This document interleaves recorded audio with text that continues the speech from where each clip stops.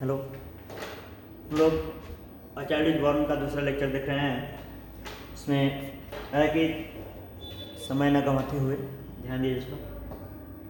This birth was virtually unattended in non technocratic societies except for remarkable accidents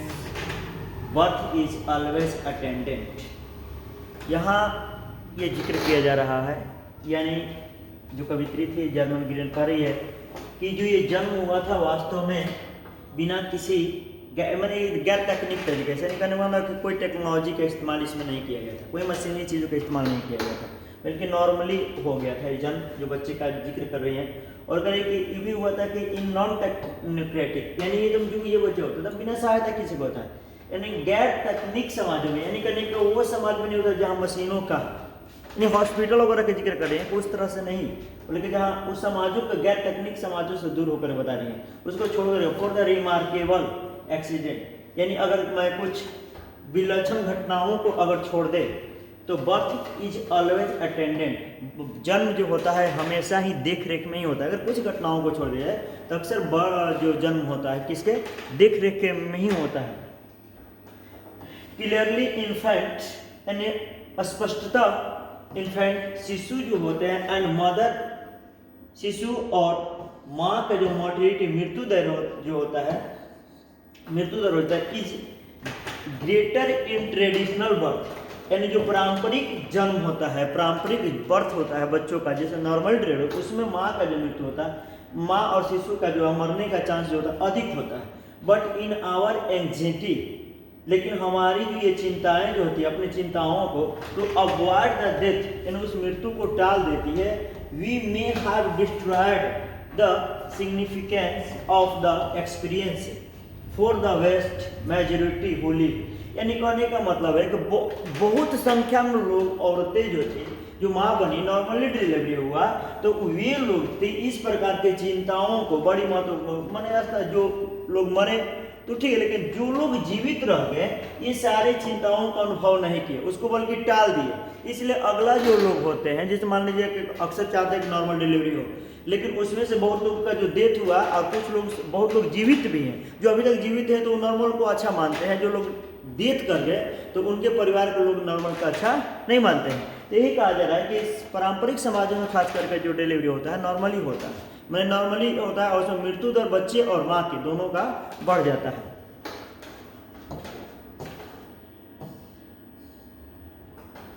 आज कहा जा रहा है कि नो वन वुड डिनाई, कोई भी इनकार नहीं कर सकता है, दैट ईच इन्फेंट, प्रत्येक जो शिशु होते हैं एंड पार्टिकुलर विशेष करके एवरी मैटरनल, मातृ जो माँ होती है, डेथ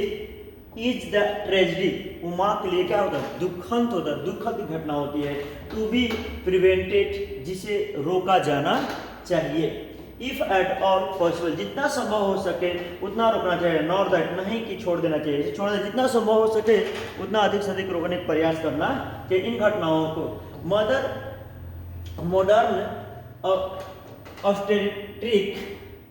केयर, यानी अगर ये बात करें आधुनिक प्रसव के जो व्यवस्थाओं की बात करें, विच हैज डेवलप्ड, जो आज के डेट में विकसित किया है इन द हॉस्पिटल सेटिंग, अस्पतालों में, हैज बीन एट लेस्ट, कम से कम पार्टली, कुछ तो रिस्पॉन्सिबल उत्तरदायी होता है, लेकिन फॉर ड्रामेटिक डिक्रीजेस, जो नाटकीय उसमें घटनाएं होती है। आज के डेट में देखिए हॉस्पिटलों में क्या होता है कि नॉर्मल जो डिलीवरी होना उसमें क्या होता है कि लोग जो है ये ऑपरेशन करके निकालते हैं, नहीं होना चाहिए, नहीं करना चाहिए, लेकिन उसमें भी कुछ नाटकीय ऐसी घटनाएं हो जाती है in the both maternal and pre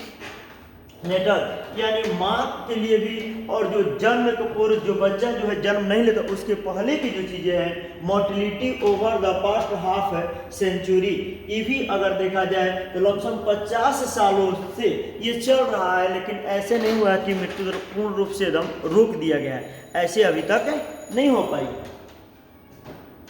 but लेकिन इट इज़ नॉट नेसेसरी, लेकिन यह आवश्यक नहीं कि प्रिवर्स टू क्वेश्चन, कि ये प्रश्न नहीं किया जाए वेदर आवर प्रेजेंट, क्या हमारी जो उपस्थिति होती है, प्रायोरिटी प्राथमिकताएं जो होती है उपस्थिति को प्रस्तुत करने का, शुड बी टू रीच, यानी पहुंचना चाहिए मिनिमम फिगर, यानी कम से कम आंकड़े में पहुंचना चाहिए फॉर प्रीनेटल, जन्म के पूर्व जो मोर्टेलिटी होता है, यानी कहने का मतलब कम से कम हम लोग का जो आंकड़ा होता है उसको प्राथमिकता देना चाहिए, कम करने का, जो मृत्यु दर है उसको कम करने का प्राथमिकता देना चाहिए। यहाँ कह रहा है एनी प्राइस, चाहे किसी भी कीमत पर, when this includes giving up things, हमें उन चीजों को भी त्यागना चाहिए which then there on survival such, जो वे ऐसा होता है जैसे कि फ्रीडम, अपने आज़ादी के लिए, to live their own sense of values, जो लोग जो है अपने आज़ादी के लिए अपने मनमानी करते हैं, अपने तरह से जीने के काम करते हैं, उन चीज़ों को भी हम लोग को ध्यान में रखना चाहिए। ये जो बात कहा गया है वो किंजित सैला के द्वारा कहा गया है एंड जॉन डेविड के द्वारा कहा गया है। ये जो लोग थे प्लेस ऑफ ब्रिटिश बर्थ, यानी उस जगह के जहाँ यहाँ लंदन के लोगों हैं, वहाँ के लोगों के ये वक्तव्य दिया गया था कि लोग जो जितना स्वतंत्रता को मानते हैं, जिस तरह से जन्म के अवधि में रहते हैं वैसा नहीं रहना चाहिए, या उस तरह से अपने आज़ादी को लोग जीना पसंद करते हैं, उसमें भी परहेज करना चाहिए।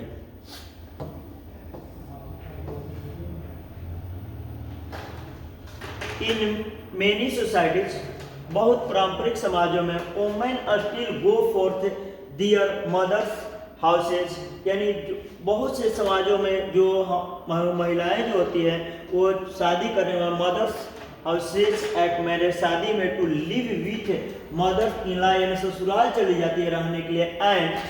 Wives of their husbands brother, उनके भाई के जो पत्नियां होती हैं उनके साथ मिलकर रहती है। जैसे कहने का मतलब हुआ कि जैसे हमारे पारंपरिक ऐसा समाज है, मान लीजिए मेरी ही सिस्टर है, उसका जब शादी होता है तो वो दूसरे यहाँ चली जाती है, और वहाँ जैसे मान लीजिए और उसके जो गोतनी उतनी होती है वो सब के साथ रहने के, मैंने जो बहुत ऐसे समाजों में परंपराएं चलती आ रही है जो रहती है। जैसे माँ, आप ही खुद सोचिए ना कि जैसे मेरी माँ कहीं और की है, ठीक है, चाची कहीं और की है, तो चाची जैसे आई, मेरी माँ अगर है, तो हम देख रहे हैं कि माँ के साथ अक्सर रहना, मैंने रहन सहन हो गया, ऐसे लोग परिवार में जो है आकर के रहने लगते हैं। तो ये परंपराएं हैं कि शादी के बाद लोग जो है ससुराल में चले जाते हैं, वहाँ जो है और लोग के सदस्य जो होते हैं वहाँ उनके साथ रहना पड़ता, बिताना पड़ता है। इट इज अ ट्रूइज, ये सत्य है, ऑफ एंथ्रोपोलॉजी, यानी ये मानव विज्ञान के, मानव शास्त्र का ये सत्य बात है, दैट सच है, जैसा कि वोमेन डू नॉट बिकम, यानी कुछ ऐसे भी समाज हैं जहाँ औरतें नहीं बन पाती है member of their new family, उन परिवार के नया सदस्य नहीं बन पाते, नए परिवार के सदस्य नहीं बन पाती है। जानते क्यों? अंटिल, जब तक they have borne a child, जब तक वे एक बच्चे का जन्म न दे दे तब तक जो है वे क्या नहीं बन सकती है,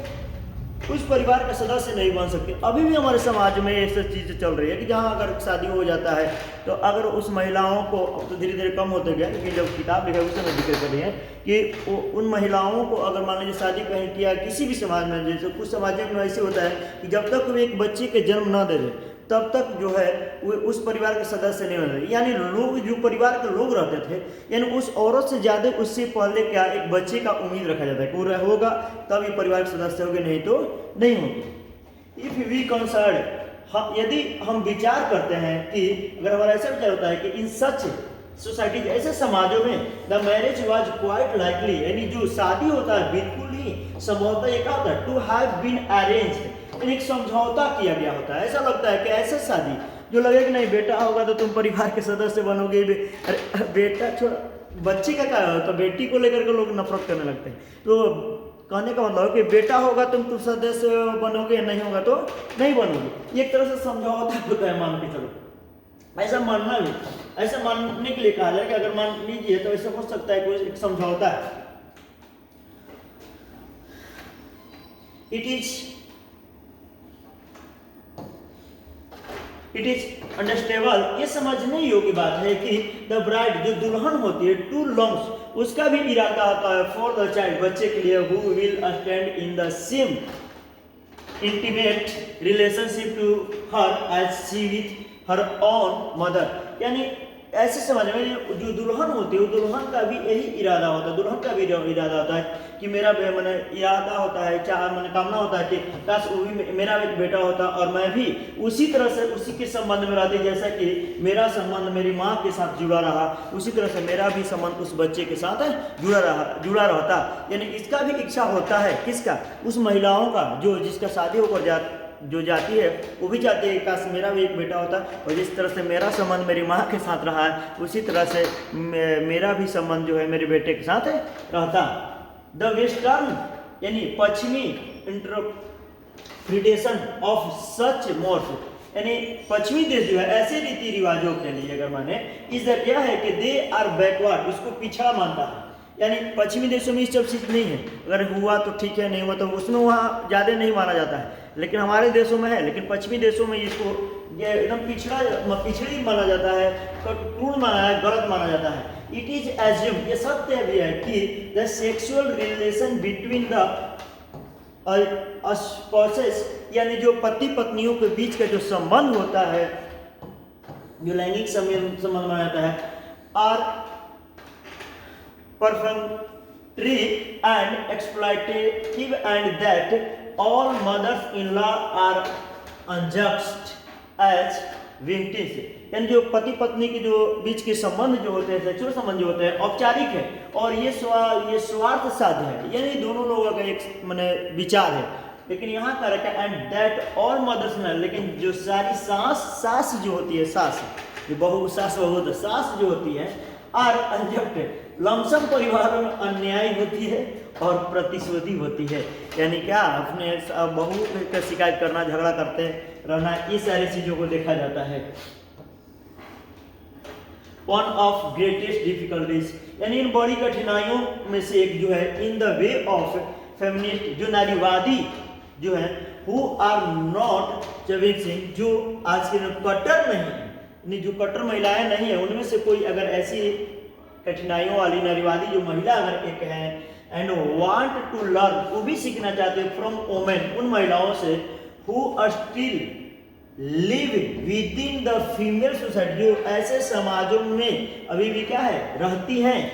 इज टेंडेंसी, और जिसका जो प्रवृत्ति है ऑफ दोज वोमेन, उन महिलाओं का जो प्रवृत्ति है टू विथड्रॉ इनटू, वो भी हट जाता है साइलेंट ऑपोजिशन, यानी क्या चीज, यानी मौन विरोध करके हट जाते हैं। कुछ ऐसे भी समाजों में अभी महिलाएं हैं जो अभी भी समाजों में किसी चीज का विरोध नहीं कर पाती है, बल्कि उस चुप रह करके विरोध में से हट जाती है, अलग हो जाती हैं। उन महिलाओं से ये जो है कुछ सीखना चाह रही थी, कुछ सीखने की कोशिश कर रही थी, जो हट जाती, काहे हट जाती, क्यों विरोध नहीं कर पाती हैं, थोड़ा सा इस पर विचार कीजिएगा। व्हेन जब पार्टिसिपेटिंग इन इंटरनेशनल, यानी जब कभी उसको भाग लेना पड़ता था अंतर्राष्ट्रीय एंड कंडक्ट, और अंतर्राष्ट्रीय चीजों में अगर भाग लेना पड़ता था, और जो फॉर कंडक्ट जो संचालित किया जाता, अंतर्राष्ट्रीय जो सभाएं संचालित होती थी, लैंग्वेज उन भाषाओं का इस्तेमाल किया जाता था विच दे कैन नॉट स्पीक, जिसमें वे महिलाएं जो थी नहीं बोल सकती थी विथ फ्लुएंसली, धारा प्रवाह। तो वैसे मान लीजिए भाषाओं को इस्तेमाल किया जाए जहाँ औरतें नहीं बोल पाई, उस भाषा के इस्तेमाल को नहीं सब बता पाई, तो उस महिलाओं उस भाषा उसके वजह से तो महिलाएं जो है खुद ब खुद अपने क्या कर रही पीछे हट जाती थी। और कह रहे women official of the Sudan, देखिए देश का नाम है, ऑब्जेक्टिव मान सकते हैं, सूडान की जो महिला अधिकारियों, जो महिलाएं और महिला अधिकारी जो होती हैं सूडान गवर्नमेंट की जो महिला अधिकारी होती है, टोल्ड मी, उन्होंने मुझे बताई, यानी जर्मन गिरियर को बताई, दैट की दे हैड गिवन अप, तो उन्हें भी छोड़ देना चाहिए, वो भी छोड़ दे गोइंग टू इंटरनेशनल कॉन्फ्रेंस, यानी कहाँ जाना, यानी अंतर्राष्ट्रीय जो सम्मेलन होता है उसमें जाना छोड़ दे। उन लोग भी बताई कि मैंने इन्हें बताई कि उन लोग भी क्या बताई कि दे हैड, वे लोग भी छोड़ चुकी थी, कहाँ जाना, यानी सम्मेलन में, यानी कौन लोग बताए, यानी जर्मन गिरियर को जिक्र में कौन कर दे, सूडान की जो महिला अधिकारी थी ये बताए कि हम लोग भी जो वहाँ जाना छोड़ दिए, यानी अंतर्राष्ट्रीय जो सम्मेलन उसमें। इवन दो द ट्रिप्स, जो यात्राएं होती थी, वर द ट्रिमेंडस, एक तरह से भयानक बेकार होता था, वहाँ व्यवहार भी बेकार किया जाता था, बिकॉज क्योंकि दे वर टायर्ड ऑफ बीइंग, वे लोग भी ऊब जाते थे, टोल्ड इस चीजों say about their own lives, कि जो भी बातें होती थी इंस्टेड ऑफ बीइंग कंसल्टेड, यानी महिलाओं के बात भी मैंने महिलाओं के विचार विमर्श को न रख करके बल्कि उन्हीं महिलाओं के बारे में केवल जिक्र किया जाता था। कैसे रहन सहन करना है, कैसे रहना है, कैसे व्यतीत करना है, इन चीज़ों का जिक्र करना पड़ता था। यानी महिलाएं जो थी जाती थी, लेकिन वहां जाने के बाद महिलाओं के बारे में ही जिक्र होता था। ये नहीं कि महिला जब गई तो और अलग चीज़ों का ज्ञान दिया जाए, नहीं, उन महिलाओं को कैसे रहना है, कैसे क्या करना है, ये सारी प्रक्रियाओं को ट्रेनिंग दिया जाता था। ऐसे बात होती थी, इसलिए महिलाएं जो थी छोड़ कर उब करके हट चली आई, वो अब जाना छोड़ दी। दस इस प्रकार वी इन द वेस्ट, लेकिन हम जो है पश्चिमी देशों में वुड रिगार्ड ये समझते हैं कि इट आउटरेजियस या अपमानजनक है। हम लोग समझते हैं, पश्चिमी देश में समझते हैं कि अपमानजनक है दैट कि a woman could loss her own name, कि एक महिला जो है अपना नाम खो देती है एंड बिकम्स नॉन, और वो जानी जाती है as the mother of her first birth, यानी उस माँ को अब उसके पहले बच्चे के नाम से जाना जाता है। यानी पश्चिमी देश में इस चीज को नहीं माना जाता है कि माँ जो है अपना नाम खो दी, यानी एक लड़की नाम अपनी खो देती है, और वो पश्चिमी देश में इसको खराब माना जाता है, बेकार माना जाता है। जबकि हमारे देश में क्या होता है कि मान लीजिए एक बच्चे का, जैसे एक बहू घर में जब आती है तो उसके नाम से लोग पुकारते हैं तो ठीक है, लेकिन जैसे ही वो एक बच्चे का जन्म देती है, चाहे वो लड़का हो या लड़की, अब उस बहू को यानी उस औरत को उसके नाम से नहीं पुकारा जाता बल्कि उस बच्चे के नाम के, तो नहीं कहते हैं जी फलानवा कमाई, होता है ना जी, तो हाँ यही होता है। तो ये जिक्र किया जाता है, जैसे once she has borne it although of course most of us, लेकिन हम में से बहुत से अधिकतम महिलाएं जो है नॉट प्रोटेस्ट अगेंस्ट, यानी किसी एक चीज का आपत्ति नहीं करती है कि the sinking of women's lineage, यानी कहने का मतलब महिलाओं के जो खानदानी यानी वंशज जो नाम होता है वो एक तरह से डूब जाता है under her husband's name at marriage, शादी में, शादी जैसे होता है तो पति के नाम से जुड़ जाता है।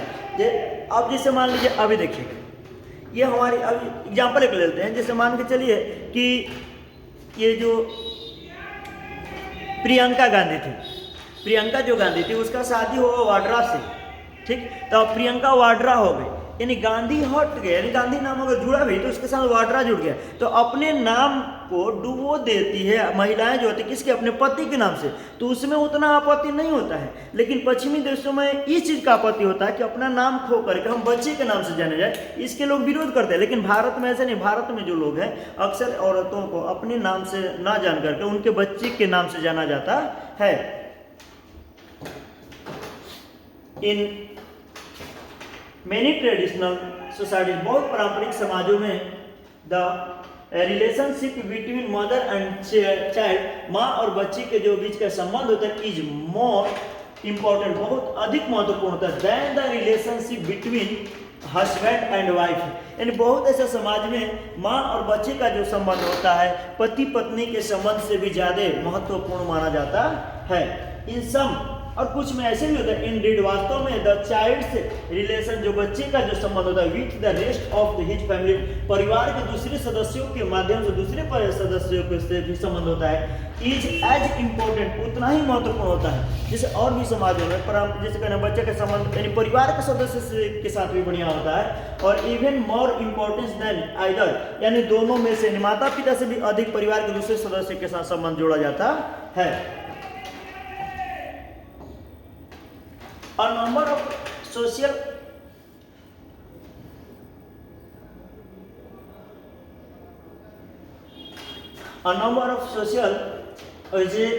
ages may stress the child's relationship with the rest of his kin group and the experiences of with his parents, यानी यहाँ पर बहुत से ऐसी सामाजिक प्रथाएं जो है जिसमें में स्ट्रेस जो जोर दे सकती है द बच्चे का जो संबंध with the rest of his king, जो कहने का मतलब उनके अपने शेष कुटुंबों के, शेष कुटुंब कहने का मतलब है कि शेष परिवार के जो सदस्य है तो उनके साथ at the expense of that with that, उनके माता पिता के संबंध के अपेक्षा, यानी उनके माता पिता से संबंध के से अधिक उन बच्चे का संबंध को जोड़ा जाता है। जैसे हिज आंट्स एंड अंकल, उनके चाचा चाची में भी परमिटेड, अनुमति देते ग्रेटर फिजिकल इंटीमेसी, यानी शारीरिक घनिष्ठता को विथ ही, उनके साथ इन पब्लिक, यानी सार्वजनिक स्थानों पर, देन हिज पेरेंट्स, उसके माता पिता की अपेक्षा, यानी उनके माता पिता की अपेक्षा बहुत सारा ऐसे समाजों में उनके चाचा चाची जो है उनका स्थान लेते हैं और बड़ा एकदम माता पिता से ज़्यादा उनको भाव देते हैं। इन मेनी ट्रेडिशनल, बहुत पारंपरिक समाज जैसे in Africa and India, Bharat और अफ्रीका में जो है बायोलॉजिकल फैमिली, जो जैविक परिवार होते हैं, इन डेलिबरेटली, जानबूझ करके, वीकेंड उसको कमजोर एक तरह से बनाया जाता है, in force abstinence actually separation of parents in order to strength the extended family, thus children are not born at the whim of the parent but in the response of the border pressure from the whole group। यानी देखिए ये एक बहुत बड़ी चीज कहा जा रहा है कि भारत में और अफ्रीका में जो होता है एक जैविक जो पारिवारिक जो संबंध होता है उसमें जो जानबूझ करके एक तरफ कमजोर किया जाता है, या ये कहने का मतलब हुआ कि इनफोर्स, दबाव दे करके, अब्स्टेंस ऑफ एक्चुअली सेपरेशन, और पर माता पिता का अगर पृथ्वीकरण भी हो जाए, अलगाव को भी देखा जाए, लेकिन ऑर्डर टू स्ट्रेंथ, ये ताकत के साथ यह आदेश भी दिया जाता है एक्सटेंडेड फैमिली, जो विस्तृत परिवार जो होता है के लिए, चिल्ड्रेन आर नॉट बॉर्न, जब तक ये बच्चे नहीं जन्मते हैं, अगर बच्चे नहीं जन्मे हुए हैं, at the with in of the parents, अगर माता पिता को उसमें अगर माता पिता का कोई सहयोग नहीं है, माता पिता भी नहीं चाहते हैं, फिर भी but in response to a broader pressure from the whole family, यानी उसमें पूरे परिवार का सहयोग होता है, पूरे परिवार का दबाव होता है, किसके लिए, एक बच्चा के लिए। कुछ अगर ये बच्चे भारत में और अदर देशों में ऐसा हो रहा है, माने अफ्रीका में होता है कि अगर बच्चा नहीं हो रहा है, अगर माता पिता भी नहीं भी चाह रहे, लेकिन उनके परिवार का जो सदस्य है, अदर लोगों का इच्छा है कि ना उनको बच्चा होना चाहिए, और लोगों को क्या होता है, प्रेशर होता है, और उनके भले रिलेशन के बीच में बरकरार आ जाए हुआ जाए, उससे मतलब नहीं है, लेकिन लोग जो है उसके रिलेशन से ज़्यादा बच्चे का चाह रखते हैं, ऐसा है। और ये नहीं, ये अपने से नहीं लिखे, ये काल्डवेल जेसी के द्वारा ये लिखा गया है, ये चैप्टर लिया गया economic rationality of high fertility से, and investigation illustrated with Nigerian survey, in survey data के अनुसार इसको लिया गया है। ये चैप्टर एक किताब का एक पार्ट जो उसमें से लिया गया है, ये आंकड़ा को पेश करके बता दें कि ऐसा होता था, ठीक है। और इसमें आज इतना ही रखते हैं, अगला चैप्टर के लिए फिर मिलते हैं, अगला पार्ट।